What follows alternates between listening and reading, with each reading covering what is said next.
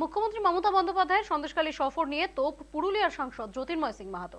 এদিন তিনি বলেন, সন্দেশখালীর মানুষ বিজেপির সঙ্গেই রয়েছে। বর্ধমানের জেলা বিজেপি কার্যালয়ের দলীয় অভ্যন্তরীণ বৈঠকে যোগ দিতে সোমবার বর্ধমান যান পুরুলিয়ার সাংসদ জ্যোতির্ময় সিং মাহাতো। দলীয় বৈঠকে শেষে সাংবাদিক বৈঠক করেন তিনি। সাংবাদিকদের মুখোমুখি হয়ে মমতা বন্দ্যোপাধ্যায়ের সন্দেশখালী সফর নিয়ে তোপ দাগেন বিজেপি সাংসদ। তিনি এদিন বলেন, মুখ্যমন্ত্রী সন্দেশখালীতে ঘুরতে গিয়েছেন। মুখ্যমন্ত্রী সন্দেশখালী সফর নিয়ে বাংলার মানুষের কিছু এসে যায় না।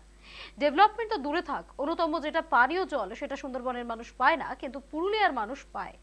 এদিক ওদিক যাতায়াত করে কোনো লাভ হবে না বলেও কটাক্ষ করেন সাংসদ। উল্লেখ্য, সন্দেশখালী আন্দোলনের অন্যতম মুখ তথা রেখা পাত্র রাজনৈতিক গুরু সুজয় মাস্টার তৃণমূলে যোগদান করেছেন। সন্দেশখালীতে মুখ্যমন্ত্রী সভার আগেই ঘাসফুল শিবিরে নাম লিখিয়েছেন তিনি। সেই প্রসঙ্গ টেনে ওই দিন বিস্ফোরক পুরুলিয়ার সাংসদ জ্যোতির্ময় সিং মাহাতো বলেন, সুজয় মাস্টার তৃণমূলে যোগদান করেছেন নাকি জোরপূর্বক যোগদান করানো হয়েছে সেটা খোঁজখবর নিয়ে দেখার প্রয়োজন আছে।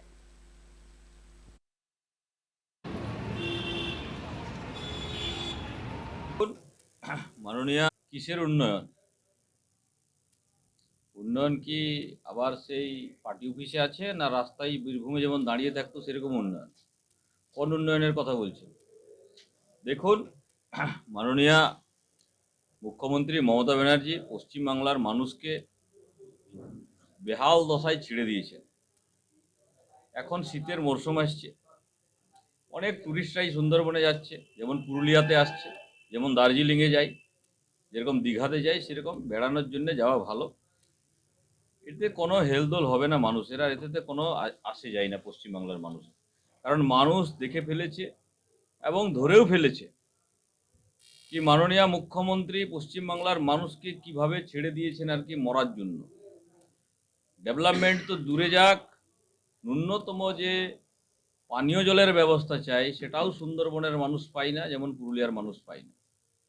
তো সেই জন্য এই যাতায়াত করে কোনো লাভ হবে না। যোগদান করেছেন না, তাকে যোগদান করানো হয়েছে জবরদস্তি, সেটা আগে খোঁজখবর নিয়ে দেখুন, তাহলে আসল বিষয়টা বুঝতে পারবেন।